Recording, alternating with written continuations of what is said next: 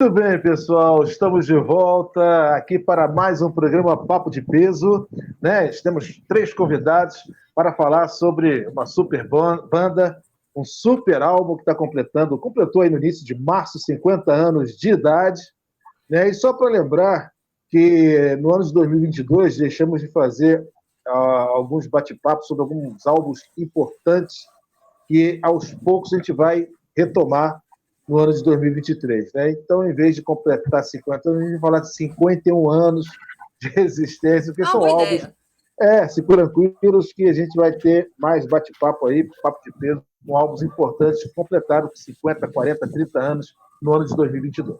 Mas agora estamos aqui para falar sobre esse álbum que vendeu aí mais de 46 milhões de cópias. É o álbum mais vendido do Pink Floyd.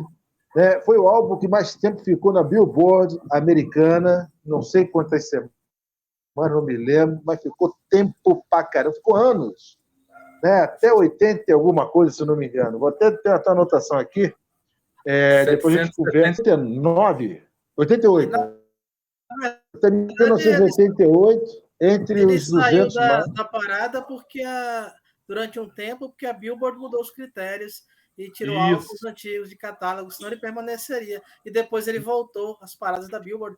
Volta e meia ele está no top 200. Geralmente, se você verificar a parada da Billboard, ele está lá no top 200. Então, vamos conversar sobre The Dark Side of the Moon e depois eu vou querer os três melhores, tá?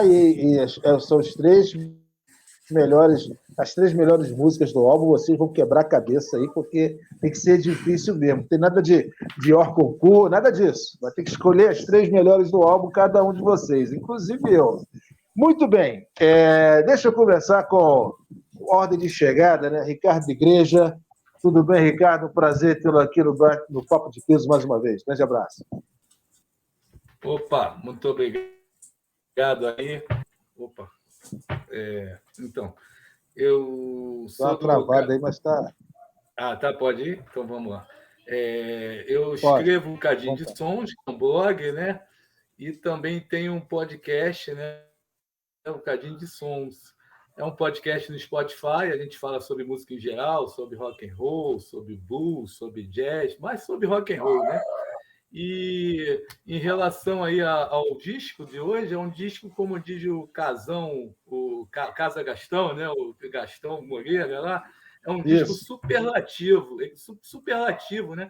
Em vendas, em disco conceitual, né? Acho que é o primeiro disco que o nosso Roger Waters escreve todas as letras, vem ali de uma fase totalmente que antes era psicodélica, né? Aquela questão do Syd Barrett, que sai da banda, e entra em um tema totalmente diferente para o Pink Floyd, músicas com letras mais diretas, né? Sobre as questões humanas mesmo, as pressões da vida cotidiana, né? Então a gente vai ter coisas sobre morte, sobre a passagem de tempo, a loucura, a cobiça, a ambição, e é um disco conceitual, né? Já devem falar aí também sobre isso.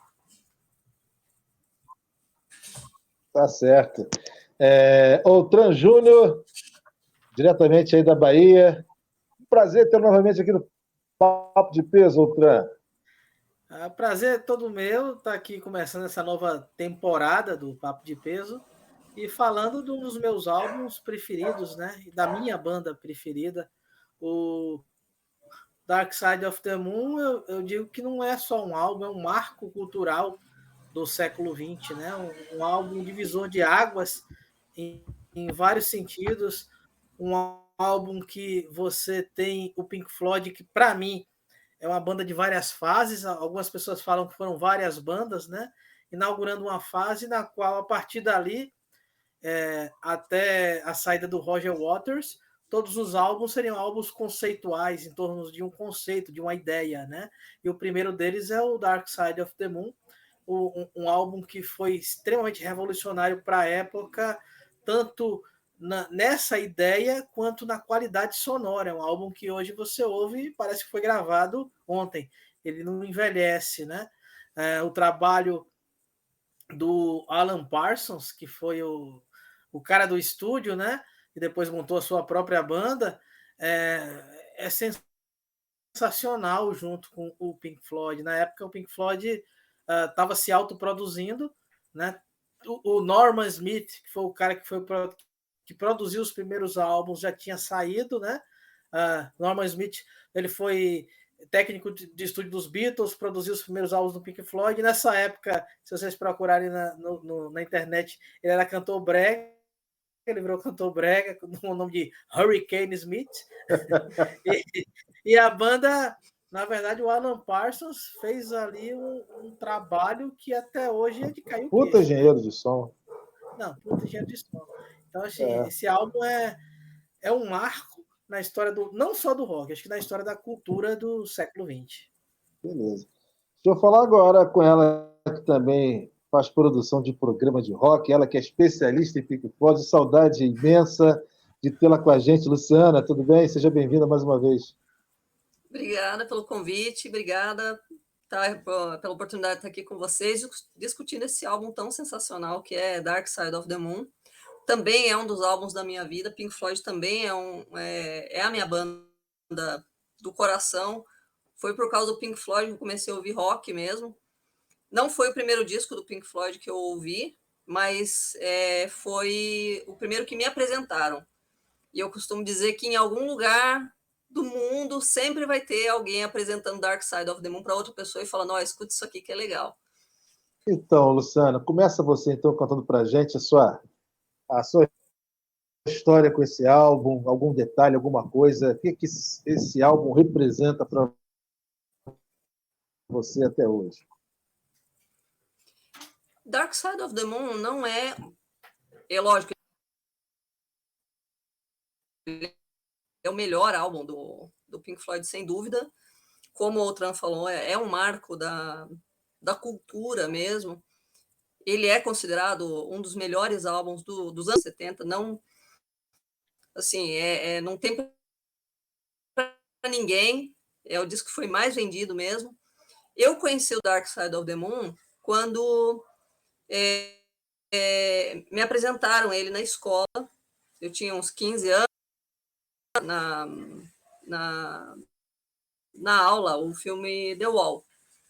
E eu fiquei pensando, nossa, que música legal, né? Que som legal desses caras aí. Aí alguém lá da sala, um colega, falou assim, você não conhece Pink Floyd? Vou te apresentar o melhor álbum deles, que é o Dark Side of the Moon. E me emprestou o disco. Olha que coragem, hein? Me emprestou o disco. Muita coragem de fazer isso, né, o Trump, para quem é colecionador. Aliás, parênteses aqui. Dizem que as vendas do Dark Side of the Moon são tão grandes porque todo mundo empresta o disco e fica sem ter que comprar de novo, né? E aí me emprestaram o disco. Disso. Né? Não, no caso desse meu amigo, eu devolvi. Eu gravei uma fita, né? Eu ouvi, ele falou, fica com ele essa semana que vem você me devolve. Escutei. Aquilo tudo era muito novo, mas porque eu estava escutando na época era muito diferente. E aquilo mexeu comigo, assim, principalmente as letras, né, do disco, porque esse, inclusive, é o primeiro disco do Pink Floyd que eles colocaram as letras na capa do disco, né? Uhum. Exato. Eles nunca fizeram isso, e dessa vez eles quiseram fazer, porque eles acharam que as músicas ficaram tão boas. Com certeza, a gente concorda, né? E eu ficava lendo aquelas letras com um dicionarinho de inglês do lado, assim, tentando traduzir, tentando entender. E Time foi uma que me pegou muito assim, a letra toda, eu fiquei maravilhada com aquela letra, e aquilo mexeu muito comigo. Aí eu gravei uma fita, devolvi o disco, meu amigo não ficou sem ele, e fiquei ouvindo vários dias aquela fita, ficava ouvindo, tentando assimilar aquela coisa toda que é o disco. Isso tudo que o Tran falou, que o Ricardo falou, que você mesmo falou, César, aquela coisa toda de produção elaborada, de músicas muito bem feitas, a banda estava muito bem... A banda estava muito madura para preparar o que veio a ser o Dark Side of the Moon. Então, eu acho que o impacto que causa o disco, para quem ouve uma primeira vez, é uma coisa que a gente não esquece mais. E, para mim, como eu falei, não é o meu favorito do Pink Floyd, não é por nada, questões pessoais mesmo, o primeiro disco que eu conheci do Pink Floyd e tal, mas com certeza eu não tenho dúvida nenhuma que é o melhor trabalho da banda. Olha, só para ratificar o que você falou aqui, porque é o mais vendido.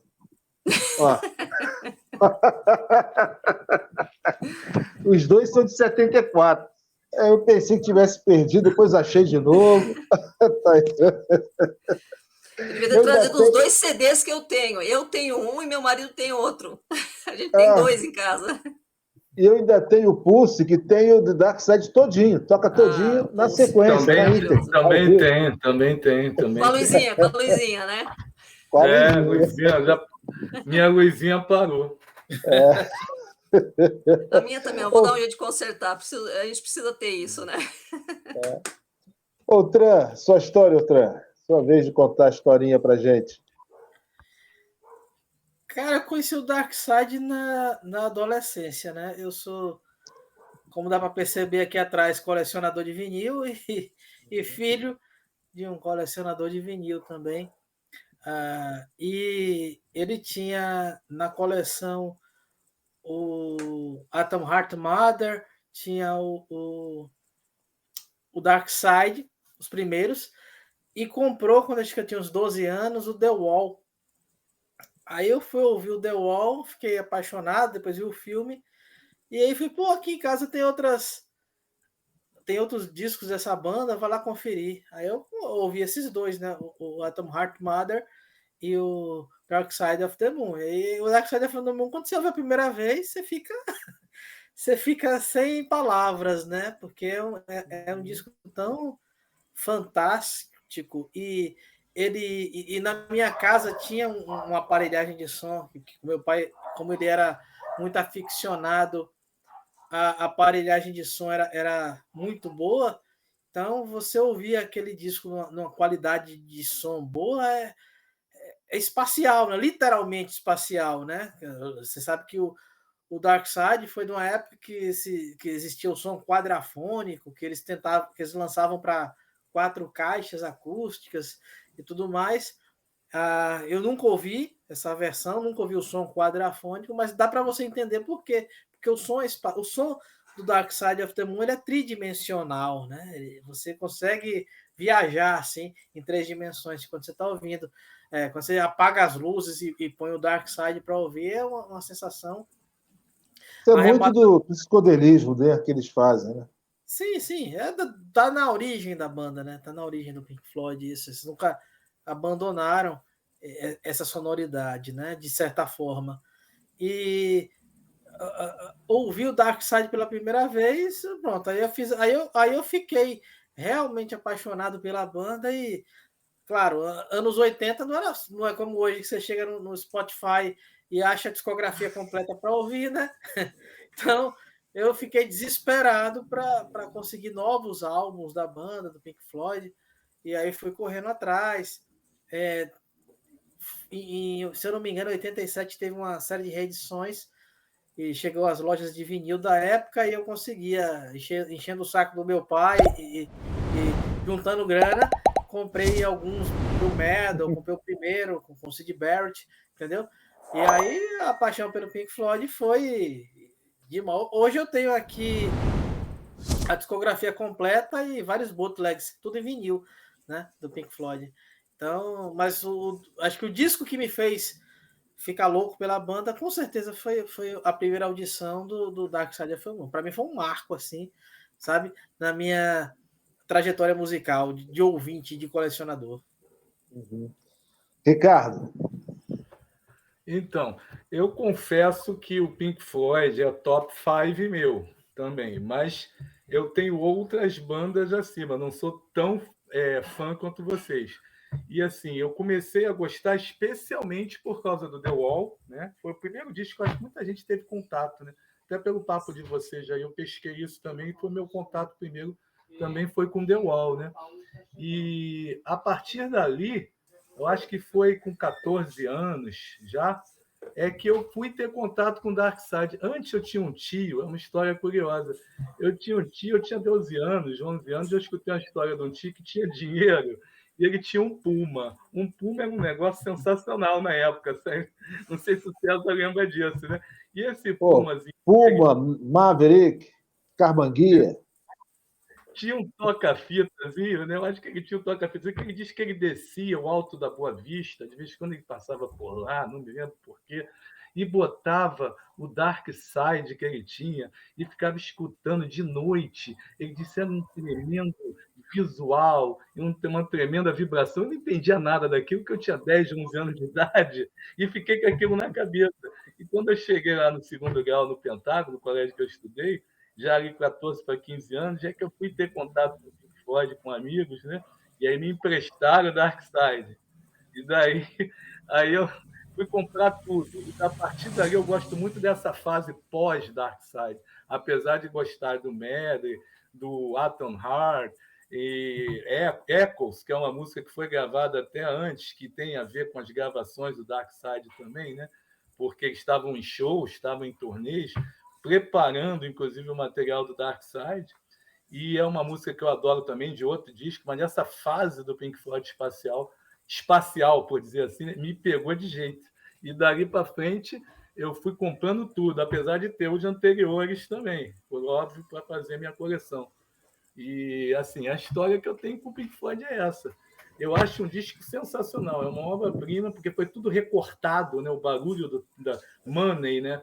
Da caixa registradora, os relógios, tudo feito de forma artesanal, né? Artesanalmente, e nada como tem hoje por computadores. Então, um trabalho sensacional do Alan Parsons, que teve no lado com os Beatles, né? No Let It Be, no Let It Be não, do Abbey Road, né? Abbey Road. Exatamente. É um engenheiro de som já famoso, um cara que fez uma banda muito legal também. Tive um show deles também aqui no Rio. Como vocês comentaram, o Dark Side, ele teve assim, as músicas mais curtas, os solos mais curtos um pouquinho, não tão longos, né, como eram em outros álbuns. E o que o Ricardo comentou aí é o que chamam, já ouvi falar nisso, o tal de music concrete, né, música concreta, que você pega fragmentos de sons industriais ou naturais, você joga dentro da música, e no caso do Money, é barulho da caixa registradora, da moeda, saquinho de moeda batendo, ele passa a fazer parte do compasso, do andamento musical. Né? Então, outras bandas também usam desse artifício, mas o Pink Floyd abusa demais. Né? No The Wall também é um festival disso. Você tem algumas outras bandas, você tem o Kiss na música de Detroit Rock City, que usa no início, o barulho da chave do carro abrindo e tal. Outras bandas usaram também, mas o Pink Floyd ele usa, abusa, e eu, particularmente, eu gosto muito do que ele faz nesse sentido. Só o Pink Floyd. Outras bandas começam a jogar... Os Beatles fizeram também. Os Beatles fizeram também, Sargento. O Beatles tem uma época que entrou nessa fase psicodélica também, né? Quando deixaram o cabelo crescer e tal. Mas eu ouvi o Dark Side a primeira vez, foi em 78, na casa de um vizinho. E um desses álbuns aqui, que eu mostrei, eu comprei dele depois. E aí eu pensei que tivesse perdido, me roubado, e fui ali na Largo da Carioca, tem sempre pessoal que vendia álbum ali na rua, né? Aí eu comprei de novo, acabei achando. Por isso eu estou com 2 álbuns do Pink Floyd, mas a música Time, cara, ela tem é uma das músicas que tem um solo perfeito. Né? Você não pode deixar de quando você ouve a música, cara, é um impacto tremendo. Né? Então, eu, em 78, eu estava com 11 anos, 12 anos mais ou menos por aí, e foi a primeira vez que eu vi. Eu não vou dizer, eu gosto muito do Pink Floyd. Eu mostrei aqui, tem 2 álbuns do Dark, tenho 2 álbuns do The Wall, eu mostrei antes da gente gravar. Eu tenho aqui o Animals, tenho o Delicate Sounds of Thunder. Eu tenho alguns álbuns do Pink Floyd, mas se eu for colocar, eu já fiz isso, a listagem das 5 bandas que eu amo Pink Floyd, mas 5 bandas que eu amo muito. Aí tá The Purple, Black Sabbath, Iron Maiden, Rush e Kiss. Né? Talvez a 6ª seria o Pink Floyd. Talvez a 6ª seria o Pink Floyd. Eu não parei para pensar, ainda não quis ter essa dor de cabeça. Né? Mas eu adoro o Pink Floyd. Né? Então, é um álbum icônico. É um álbum, eu acho que começou a aparecer um pouquinho mais, apesar da mídia naquela época, você saber o que estava sendo lançado no exterior era muito difícil, né? Nos anos 70, você tinha que estar muito antenado, né? Ou tocar alguma FM aqui, e a música tocou em FM. Essa Time eu lembro que tocou em FM. Entendeu? Então, é um álbum que a gente ama de paixão. E aí eu vou deixar a Luciana por último, para poder não me influenciar, mas eu já vou dizer aqui as 3 músicas que eu mais gosto do álbum. Time, claro, né? Adoro essa música. Us and Fun, que me toca, a música me toca no coração.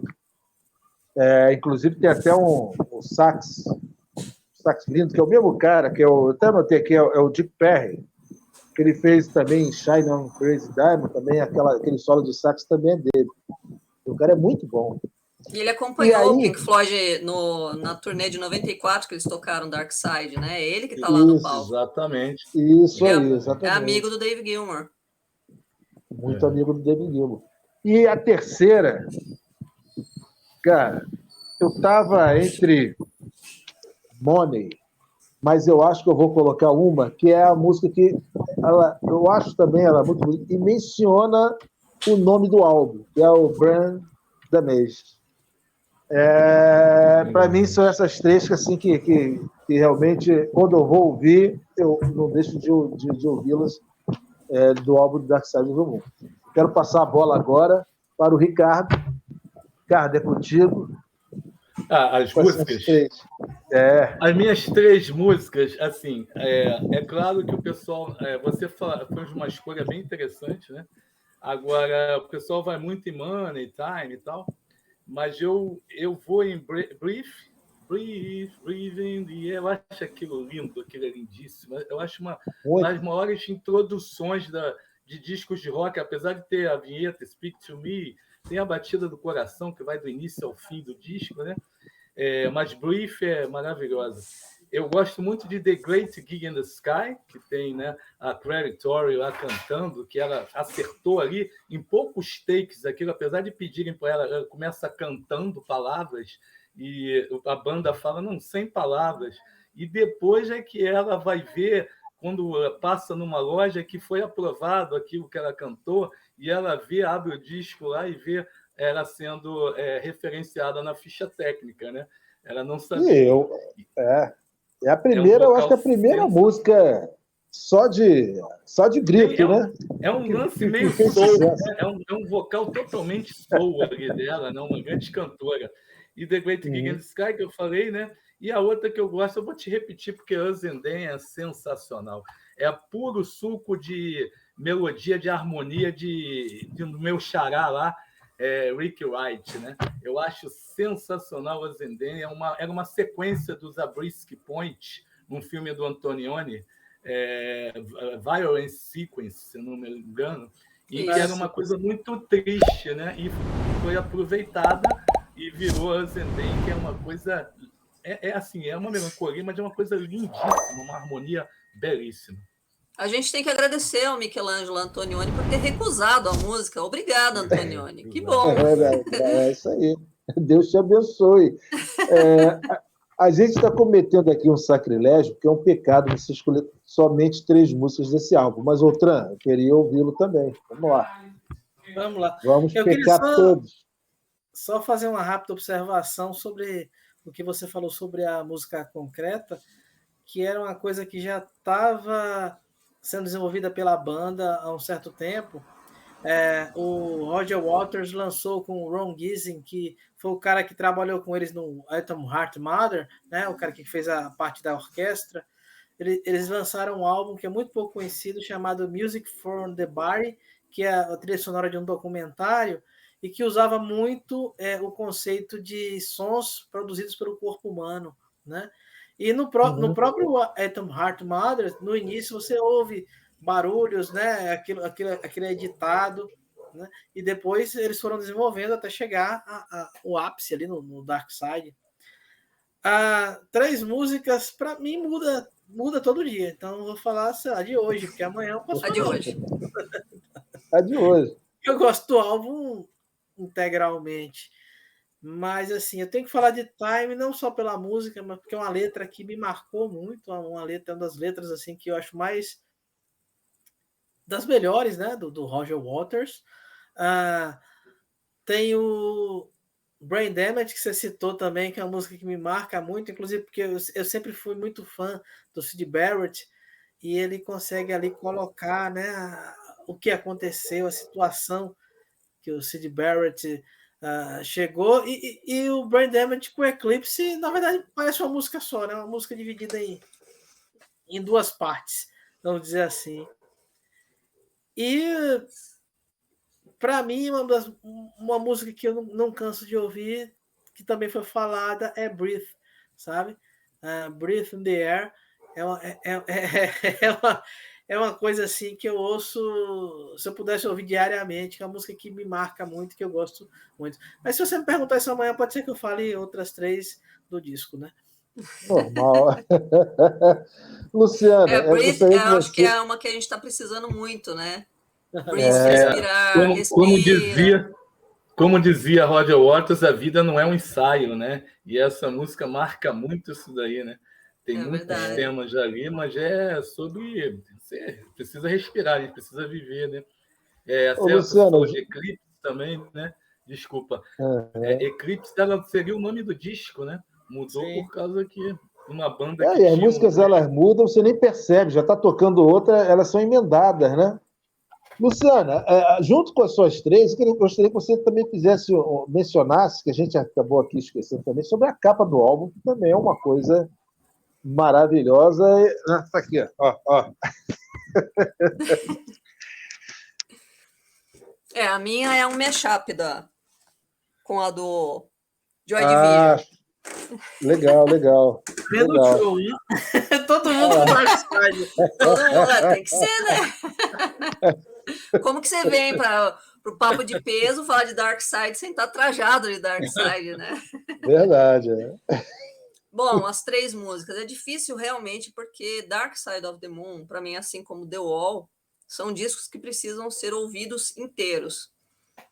Mas pensando na questão radiofônica, né, que eu lembro de ouvir muitas das músicas do Pink Floyd no rádio, e a gente sabe que são as músicas que fizeram mais sucesso, né? Então a gente consegue pegar uma ou outra isoladamente ali do disco. Para mim é Time, que foi a primeira música, como já foi falado aqui, que pegou de jeito por causa da letra.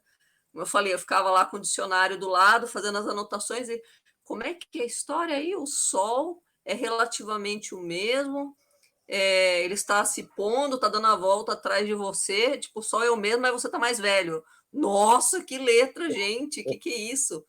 Aquilo me pegou de um jeito, porque assim, na época que eu ouvi a primeira vez Dark Side, como eu falei, eu estava ouvindo outras coisas, eu estava ouvindo muita música pop, porque era influência dos colegas de escola, tal. Não é que são músicas ruins, mas se comparar com Pink Floyd está lá em cima, né, o nível das letras. Então, letras muito diretas, assim, muito bobinhas até perto do Pink Floyd, aquilo lá foi uma chacoalhada que deu na minha cabeça. Então, Time, com certeza. Eu vou ter que emendar Brain Damage com Eclipse. Para mim é uma coisa só. Então, é a minha segunda música. E Us and Them, com certeza, porque eu lembro de ouvir essa música num programa que eu ouvia no rádio de manhã, quando eu estava indo para a escola. Um programa que começou às 6 da manhã. E, tipo, pelo menos uma vez por semana tocava essa música. E aquele saxofone, assim, no comecinho, dá uma calma, assim, parece que te abraça, te envolve essa música, né?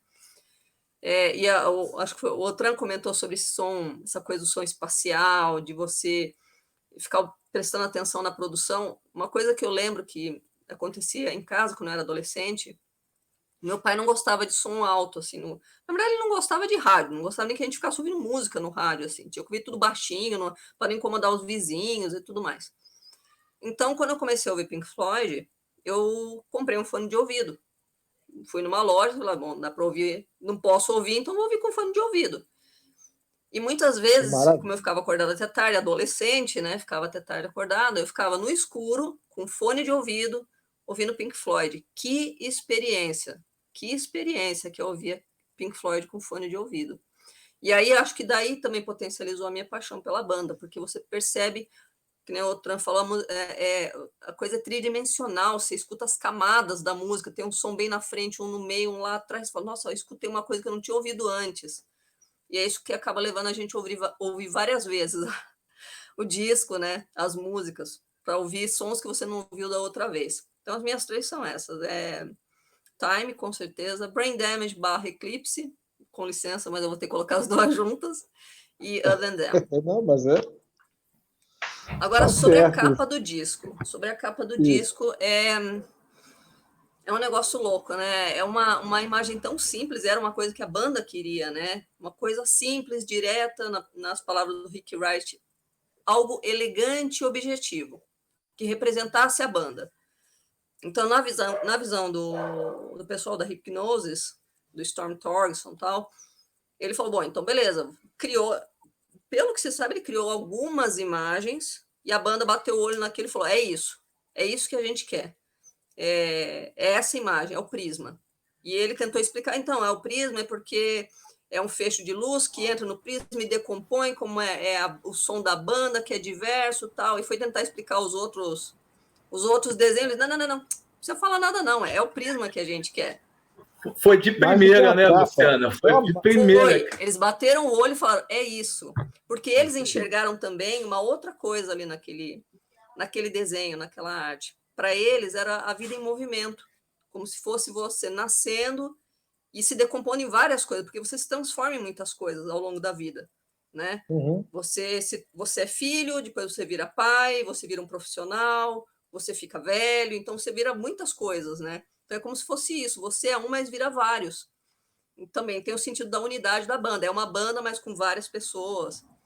E uma coisa engraçada do disco, que o pessoal... Aquela coisa, né? Você comenta isso daí, todo mundo corre para pegar o disco e olhar.